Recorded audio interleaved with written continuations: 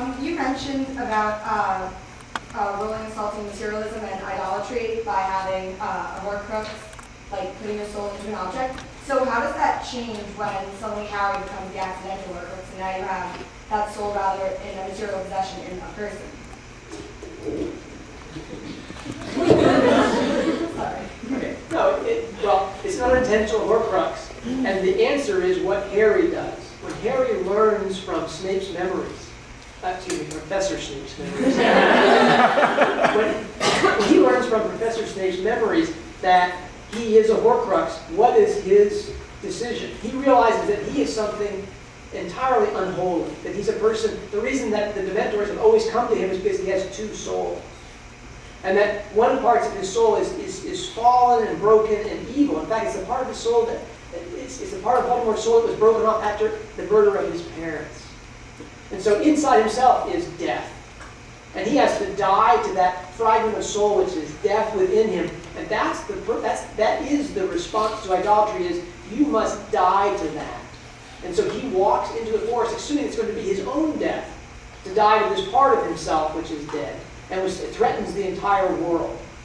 And when he dies to that, of course, only that part of him which is death dies. And what part of him is most real, this heart, that's when he goes to the Kingdom's Cross, which is a Calvary reference, right? It's also touches the kingdom of heaven within you, right? That ruling dominion within you, whatever. He goes to that place which he most is, having rejected the idolatry and the attack of Voldemort on his parents, an attack on a baby in his crib. Right? When he's rejected that out of hand at the risk of his own life, he has resolved the entire idolatry and materialism idea inside the Horcruxes.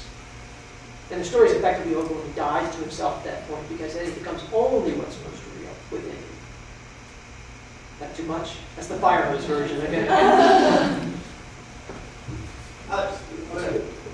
I'd like to ask you three gentlemen if you could be presumptuous for just a second, because I hear C.S. Lewis's name being thrown around a lot today, which I appreciate, because he's one of my all-time favorite authors as well.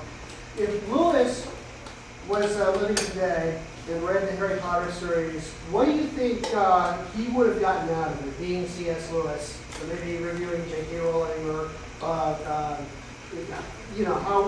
what would he have gotten out of the books as a whole, out of the series as a whole?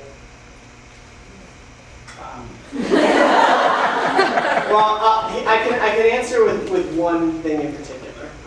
There are probably a lot of ways we go with this, but Lewis talked about great books being ones that it doesn't so much matter what happens as how it happened. And J.K. Rowling is brilliant at this. There's a whole spoiler thing. We're all worried about spoilers, and the spoilers came out before book 7, and it's a big deal and everything. But the books are better after you've learned it all, and you go back and start again, because there is a brilliant quality of surprisingness, Lewis called it, about a great book that is more delightful than the surprise in the first place. The surprise is great, but the quality of surprisingness is why most people reread Harry Potter, but then read maybe like the Da Vinci Code once and then set it down. We found it out. It was kind of well told. It was a page turner, but yeah, I get it, But you get to the end of Harry Potter and you go, how did she do that? And you got to go back and start again. And I think Lewis would have been really impressed by that. And that gets back to Jane Austen. I mean, what is C.S. Lewis's quote about Jane Austen? There were two things wrong with Jane Austen, and both are damnable errors. Her books are too short and too few. And Jane Austen's brilliance was in narrative misdirection. And you think it's a third-person objective story, but you're really only getting the one person's point of view. And Jane Austen was a master at that, and Rowling learns it from Austen. And Lewis loved that about stories. So I would point to that, first of all, and say I think he would have been a big fan of that. Got one from the live stream. James always defers. It's too nice. He gets to speak last, too, if he does that. If you've read Planet Narnia, you know that really Lewis's great genius was embedding inside the story through its scaffolding, just in the hints and the touches, what the story was largely about. That Narnia is built on an astrological scheme in which each one of the planets has a quality which is the quality of Christ, which radiates throughout that book. And book by Michael Ward, brilliant book, Planet Narnia. You should also know that in his first series of books, the Space Trilogy, he does the same thing with literary alchemy. The first book is the Black Novel about dissolution of character. The next one is the Cleansing Novel, where the Venus and is purified through his, basically his war with the devil about an Eve figure. It's a retelling of the Garden of Eden story.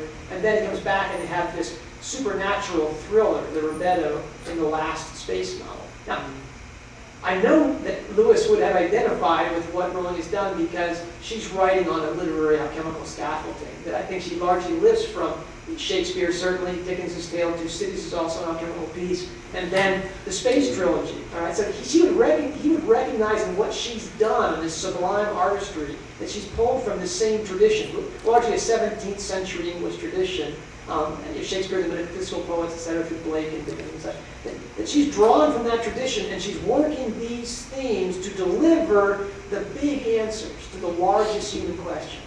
And Lewis would have loved that. That and the abundance of Christian imagery and symbols. I mean, if you read How Harry Cast a Spell, I wrote, at one time, one chapter, Symbols of Christ and Harry Potter. And a friend of mine read it and said, well, there's no pelican. that essentially, I mean, that she's run through every single symbol of Christ possible in the English tradition, except for the pelican, who posts itself in this thing, and its children drink from its own blood by legend or whatever. So it's a symbol of Christ. Other than the pelican, though, Rowling uses every other one that she can. And I think that Lewis would have just been laughing at one point, like, oh, okay, over here, and we got a red lion over there. Griffin, oh yeah, we're gonna have a griffin, and it's a golden griffin. Half, king of heaven, king of earth, with a symbol of Christ, and she just buries you inside this thing. And so Lewis would have been like, okay, this is almost satirical. This is almost overboard. It's like the Gothic thing, where she's almost laughing at the Gothic elements by giving you all these comic touches. How seriously can you take Peeves as a bad character, right? But she's laughing at it, but she's using it to good effect.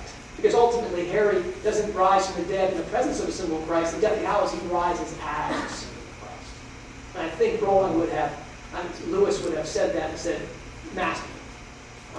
And she said the last third of Deathly Hallows drove the entire series, and it was largely unchanged from conception on. And you see that again, like, wow, we've been waiting for Harry to rise from King's Cross, all of these books. And she set that up, each book, to have a picture of what that would be like. And Lewis, the comic touches, the artistry of how she pulled it together, and the Lewis was mostly about the renovation of genre rather than doing something new. I mean, Pound was always saying, innovate, innovate, innovate, or whatever. And Tolkien and the Inklings, include Lewis, they were about renovating old forms, reinventing them. And no one has done that better in our century, 21st century, than J.K. Rowling. From the live stream? Let's get one more here and then we'll live stream.